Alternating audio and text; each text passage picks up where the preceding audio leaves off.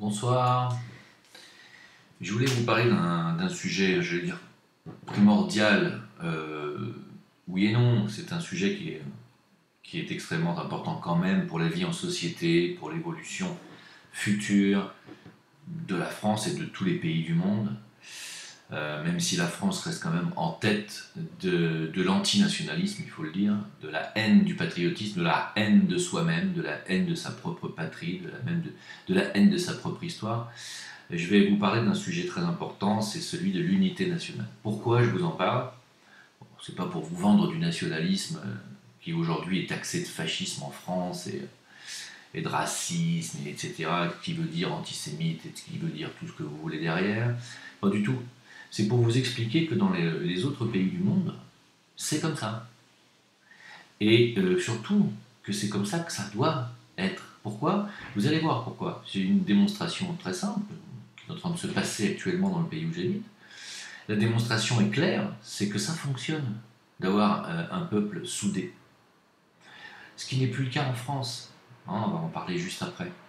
Euh, Ce qui est en train de se passer au Maroc à l'heure où je vous parle, il y a le peuple marocain, soudé, uni, contre trois grandes industries, on va dire, qui fait la pluie et le beau temps un petit peu dans leur secteur d'activité, et ils boycottent ces industries.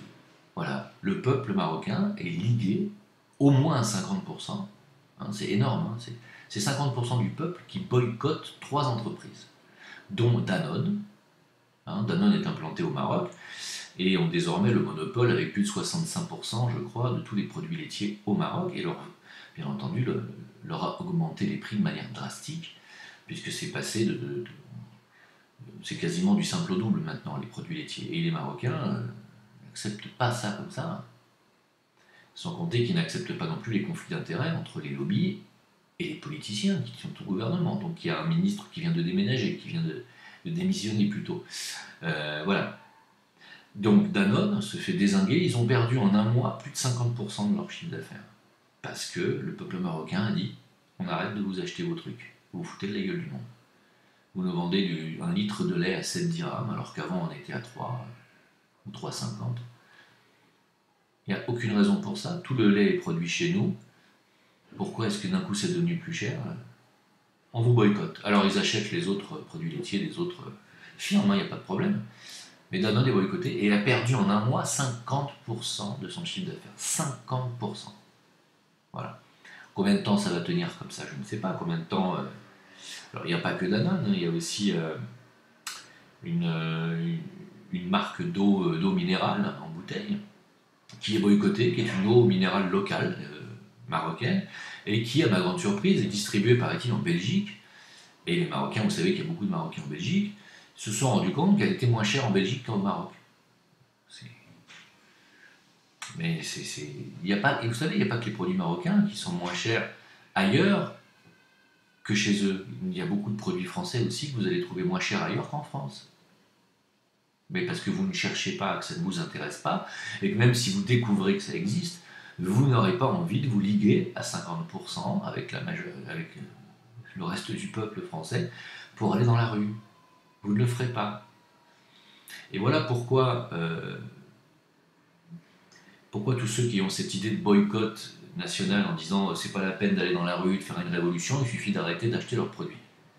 Je suis entièrement d'accord. Sauf qu'en France, si les gens, enfin, si une partie de la population française se dit on fait ça, il n'y en aura que, je sais pas, 5%, 2% qui le feront. Parce qu'on n'est pas soudés dans ce pays. Est-ce que vous comprenez maintenant l'importance de rester une identité nationale, de rester un peuple avec un grand P, ce que ça veut dire d'être un peuple souverain, ce que ça veut dire d'avoir une identité nationale. Est-ce que vous comprenez maintenant? C'est, et je ne sais plus qui disait ça, et ça m'embête parce que j'aurais bien aimé citer son nom, la nation est le rempart, le véritable rempart à l'abus de pouvoir de toutes ces mafias, toutes puissantes financièrement. C'est la nation qui est un rempart à ça, j'en suis aujourd'hui absolument persuadé, sans vouloir vendre du nationalisme exacerbé, comme ce fut le cas euh, en Allemagne nazie, ou comme c'est le cas d'ailleurs dans certains pays aujourd'hui qui ne sont pas spécialement fascistes, mais il y a des pays extrêmement nationalistes, très chauvins, comme on dit, comme les États-Unis par exemple, très chauvins les États-Unis. Mais il y a beaucoup de pays qui sont extrêmement chauvins, et d'ailleurs, entre parenthèses, le Maroc est un pays extrêmement chauvin et nationaliste. Extrêmement. Voilà. Donc à ces demoiselles là, qui nous ont dit qu'elles préféraient coucher avec des racailles de banlieue, comme elles disent elles-mêmes, issues de l'Afrique ou de l'Afrique du Nord, plutôt que de servir la France ou plutôt que d'aimer les Français de souche, parce qu'elles détestent l'idée de la France aux Français, bah, sachez qu'en aimant des Maghrébins, vous aimez des gens qui, eux, pensent que le Maghreb appartient aux Maghrébins et que le Maroc est aux Marocains. Et... Donc en fait, vous êtes complètement stupides. Voilà, vous êtes des imbéciles. Et la troisième marque qui est boycottée au Maroc est une entreprise d'essence. Hein, ce sont des stations d'essence nationales. Et pareil, ce sont eux qui décident du prix du pétrole. Apparemment, hein, en majorité, ce sont eux qui décident du prix du pétrole, du prix de vente du litre d'essence dans la majorité des stations, dans les stations marocaines. Et donc, ils ont décidé que le prix de l'essence était beaucoup trop élevé. Ils se sont rendus compte que, par rapport à leurs pays voisins, il y a des pays voisins arabes qui payent le litre d'essence 30 centimes d'euros, d'autres qui payent même moins que ça. Et au Maroc, le litre d'essence est quand même à 1 euro. Hein. C'est extrêmement cher. Pour des chauffeurs de taxi qui gagnent 300 euros par mois, vous imaginez un petit peu, quoi. Quand ils font leur plein à 60 euros, quand vous gagnez 300 euros par mois, il ne vous reste pas bzef hein, à la fin. Hein. Bon. Donc, ils boycottent ces stations-service, ils boycottent cette eau, l'eau minérale dont j'ai parlé, et ils boycottent les produits Danone. Et ces entreprises font l'objet de boycotts depuis plusieurs semaines et ont des pertes, accusent des pertes considérables. Leur chiffre d'affaires diminue par plus de 50% pour certains. C'est énorme. Et voilà ce que j'appelle un véritable pouvoir populaire. Je ne vois pas comment on peut ne pas être d'accord avec ce que je suis en train de dire. Alors, bien entendu, que pour qu'il y ait une union nationale comme ça, et pour qu'il y ait une identité nationale, il ne faut pas jouer tous les jours, et depuis des décennies, à marteler dans la tête des gens qu'il est bon de ne plus aimer son pays, de ne plus aimer ses frontières, et de pouvoir accueillir n'importe qui à votre place, etc. etc. Ça, c'est de la propagande antinationaliste qu'on a eue en France pendant des décennies, depuis Mitterrand, il faut le dire. Même déjà sous Giscard, parce que moi déjà, je suis né dans les années 60, moi je suis né en 66. Déjà, tout petit, je me rappelle, qu'à chaque fois qu'on parlait d'un truc fabriqué en France, et c'est mon père, mais pas que mon père, hein, dès qu'on parlait d'un truc qui était pourri, qui cassait tout de suite, on disait c'est normal, c'est français. C'était déjà ancré dans ma tête, moi, bah oui, c'est normal, je vais pas acheter français, c'est de la merde, on va acheter allemand, on va acheter BMW, on va acheter Mercedes, voilà. On va pas acheter italien non plus, parce qu'Alfa Romeo, tu perdais le levier de vitesse dans la main en conduisant, c'était réputé pour être de la daube. Et la France, c'était pareil. On disait, ouais, mais non. En fait, c'est du bourrage de crâne antinational où on ne se rend pas compte qu'on est dans un pays qui est d'abord primo, un pays qui est dans le G5, hein, qui est un des plus grands pays du monde financièrement, qui est très puissant, et qui a une grande armée, qui a des cerveaux qui ont permis de faire de fabriquer la bombe atomique, notamment, et de se mettre à l'abri militairement de toute attaque éventuelle. On a un pays extrêmement à la pointe de tout ce qui est recherche scientifique, médicale, hélas, j'ai envie de dire, puisque avec nos erreurs de découverte aujourd'hui, il y a des lobbies pharmaceutiques qui s'en sont emparés pour les répandre, je parle de la vaccination. Bon, mais mis à part ça, on est un peuple qui a toujours été un peuple à la pointe dans beaucoup de métiers. En aérospatial, Ariane est l'un des plus grands lanceurs. Je ne sais même pas si l'Ariane ne lance pas plus de satellites que la NASA. En aéronautique, nos avions sont les meilleurs. On a été les seuls à avoir été capables de construire un avion supersonique qui n'a pas d'accident. Les Russes, ils ont essayé, avec leur Tupolev, ils se sont viandés X fois, ils ont arrêté. Nous, on avait un avion supersonique qui fonctionnait très bien. Il consommait beaucoup, parce que c'était des moteurs anglais, hein, Rolls-Royce, hein, en fait. Mais l'avion lui-même, c'était du grand art. Les Américains n'ont jamais réussi à faire un avion supersonique. Jamais. Au niveau automobile, on n'est pas des daubes. En Formule 1, c'est souvent Renault qui gagne. Bon, maintenant, ils se sont détachés, bien entendu, de la compète, mais à l'époque, ils mettaient la pile à Mercedes en Formule 1. Donc, il ne faut pas nous prendre pour des billes en France, on n'est pas des brels. Je veux dire, quand on a eu le TGV, on a été parmi les 2 meilleurs du marché mondial. Pardon.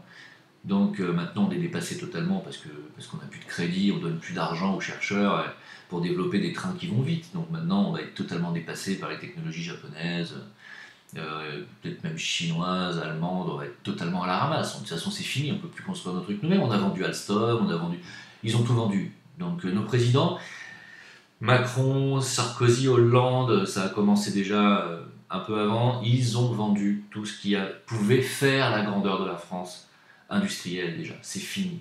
Bon, en matière d'avions, en matière d'armée, les industries d'assaut ne fabriquent pas les avions les plus pourris du monde, renseignez-vous, vous verrez. Par contre, ils sont chers. Bon, mais Airbus, c'est pas de la merde, ça fait partie quand même des avions qui sont les plus fiables au monde, c'est peut-être plus fiable que Boeing même, c'est plus technologique. Qu'est-ce qui fait qu'aujourd'hui en France, on est totalement soumis au dictat des lobbies, de tous les lobbies sans exception? On est totalement à la ramasse, totalement. Il n'y a pas un Français, il n'y a pas 50% des Français de demain qui sont prêts à aller dans la rue pour réclamer 1 litre d'essence à 60 centimes d'euros. Ce qui devrait être le cas. La réalité, c'est que je crois que l'essence est payée 30 centimes d'euros par l'État. Il devrait nous le reverser 60 centimes. Faire voilà, un bénéfice double. Non, ils vous le vendent 1,50 € ou soit 1,60 € parce que c'est 1,30 € de taxes qu'il y a sur le litre d'essence en France. C'est pas parce que l'essence est chère, parce qu'elle devient rare. Il y en a de l'essence. Non, c'est parce qu'ils vous ruinent. Et il n'y a pas 50% des gens demain qui vont dire on va dans la rue, on boycotte, on n'utilise plus l'essence, on va pas bosser, on fait plus le plein pendant 1 mois. Personne ne fera jamais ça. Personne. Personne. Il n'y a pas d'unité nationale dans ce pays. Il n'y en a plus. Même s'il y en a eu à un moment donné, il n'y en a plus. Il y en a peut-être que derrière le football. Vous allez voir que pendant le mondial, ils vont nous gonfler pendant 5 semaines avec ça.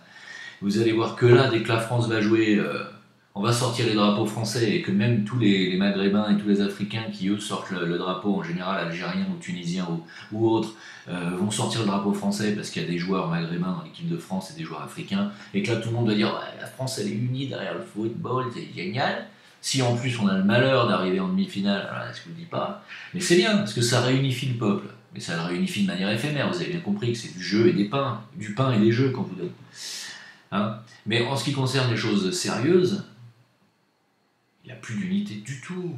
Alors, pour terminer avec cette histoire, tout le monde me dit, bon alors quel parti politique pourrait éventuellement jouer le rôle d'unificateur national, qui prône l'identité nationale, la souveraineté nationale, etc. C'est vrai qu'il y a le FN. C'est vrai que le FN aujourd'hui, le FN de Marine Le Pen, il ne parle plus de sortir de l'euro, donc on ne peut plus parler de souveraineté. Il y a Dupont-Aignan, mais Dupont-Aignan ne parle pas de sortir de l'euro, donc on ne peut pas parler de souveraineté. Le seul qui nous parle de souveraineté, c'est Asselineau, qui nous dit qu'il faut sortir de l'euro. Est-ce que vous avez vu le reportage, et là je vous conseille de le regarder, de Vincent Lapierre, qui est un reporter qui travaille chez ER, Égalité Réconciliation, dont la chaîne a été fermée récemment sur YouTube, mais finalement réouverte, je pense qu'ils se sont un peu ravisés. Vincent Lapierre, qui est donc un journaliste indépendant qui n'a pas de carte de presse, et qui va interviewer les gens dans les meetings, un peu chez tout le monde, que ce soit chez les Mélenchoniens, chez la CGT, tout ça. Il se fait systématiquement lourder de tous les mouvements de gauche, sans aucune exception, se faisant traiter de facho parce qu'il travaille chez ER, alors que je vois pas pourquoi. Et là, il est allé chez les Assoliniens. Alors, certes, il y a trouvé des gens intéressants, comme il avait trouvé des gens intéressants aussi chez les Mélenchoniens. Il y avait des gens qui avaient envie de parler, d'être interviewés. Mais les militants, c'est-à-dire ceux qui ont des responsabilités au sein même des partis, lui ont systématiquement interdit de parler aux gens, de rentrer dans les locaux, et finalement, quand ils ne lui ont pas tapé sur la gueule, Ils l'ont empêché de faire son boulot. Hein. Alors, je vous conseille de regarder les reportages de Vincent Lapierre, celui chez Asselineau récemment, là, et vous allez comprendre. Vous allez comprendre que, en fait, ce ne sont pas les gens. Hein. Les gens sont intéressés par les idées d'Asselineau. Ils ont envie de voir ce qui se passe. Oui, on a envie de sortir de l'Europe. On a envie de revenir à une union nationale. Comment voulez-vous qu'il y ait une union nationale avec des représentants de partis, que ce soit de gauche, que ce soit chez Asselineau? Je suis sûr que si Vincent Lapierre fait un interview au Front National, ça sera pareil, il se fera lourder de la même façon. Et comment voulez-vous qu'il y ait une union nationale avec des partis pareils, qui refusent une catégorie de la population? Il y a une catégorie de la population en France qui est grande, qui suit Dieudonné, qui suit Soral, qui suit Égalité et Réconciliation, qui est d'accord sur cette ligne. Ils sont plusieurs millions.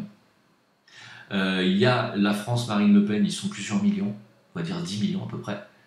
Il y a une France qui ne vote pas Marine Le Pen, qui ne suit pas Égalité, Réconciliation, ni Soral, ni Dieudonné, qui est à droite, hein, comme celle qui suivait Fillon, qui a cru en Sarkozy à un moment donné. France Catho, conservatrice de droite, voilà, qui ne vote pas à Mélenchon.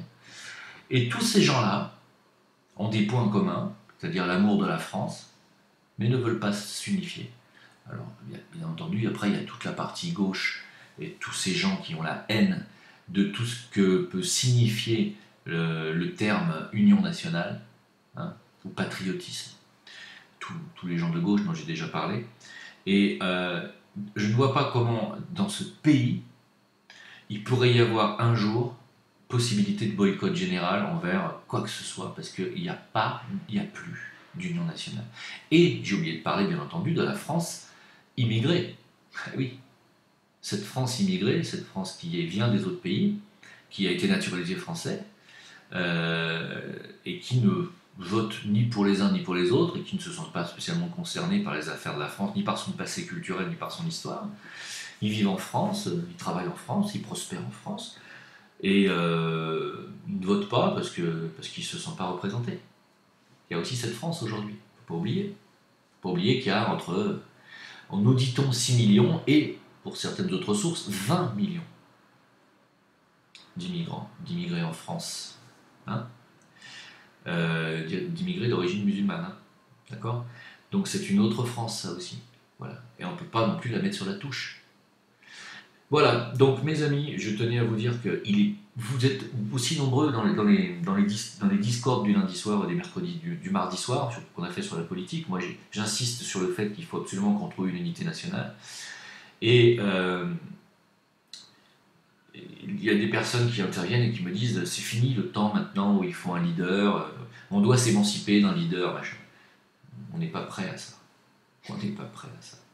Les gens croient encore à un sauveur providentiel et ils en ont besoin. Tant qu'ils regarderont Hanouna ou Ruquier ou Ardisson, c'est qu'ils ont encore besoin de gens qui leur apprennent à penser. Les gens ont besoin d'un leader. Et il va falloir que quelqu'un se lève, non pas pour Danette, hein, mais pour dire voilà, maintenant on arrête les conneries parce que la France est en train de mourir, va disparaître. Et si on ne fait pas vite quelque chose pour se réunifier autour d'un projet et d'un but commun, qui est l'identité et l'unification du peuple national, quelle que soit l'origine, la religion, machin, il faut que ce pays revienne à des valeurs nationales, à des frontières, à un minimum de protectionnisme, et bien entendu à une souveraineté migratoire, militaire, politique et financière. C'est une obligation, sinon la France disparaîtra. Voilà.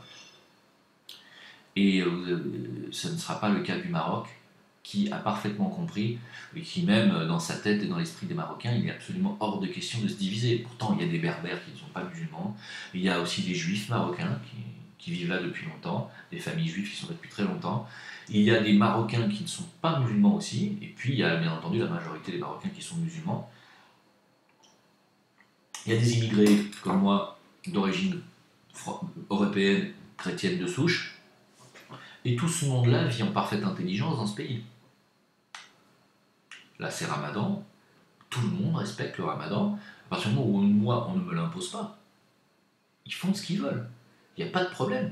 Et je ne vais pas commencer à aller dire en tant que Français, je ne vais pas sortir mon drapeau dans la rue en disant vous faites chier avec le ramadan, nous on veut manger du porc et boire de l'alcool toute la journée dans la rue. Bon, vous doutez bien que d'abord j'irai en tôle et je ne ferai pas l'enfeu, d'accord. Alors je passe le message pour tous les musulmans qui vivent en France, qui prient dans les rues, qui bloquent la circulation ou qui ont des revendications religieuses pour tout ce qui est normalement pour service public. Hein. Gardez votre religion chez vous, hein. Soyez de véritables patriotes. Si vous voulez que la France s'unifie, donnez l'exemple, unifiez-vous. Il n'y a pas que vous, hein. Je pourrais passer le même message aux Mélenchoniens, hein. Tous ces militants fachos qui empêchent les journalistes de faire leur travail et de poser des questions sympathiques à leurs militants ou à leurs sympathisants. Parce que ce sont des fachos, les gens qui empêchent de parler, les gens qui empêchent de poser des questions et de faire un travail de journaliste, ce sont des fachos. Ça, c'est du fascisme. Vouloir museler l'information et museler la vérité et museler tout simplement l'échange, hein, c'est du fascisme. Ça s'en est. Et on en a aussi bien chez les Assoliniens que chez les Mélenchoniens, que chez les cégétistes. Voilà, on les trouve principalement à gauche, vous avez remarqué quand même. Voilà. Maintenant, j'attends avec impatience le reportage de Vincent Lapierre sur le Front National.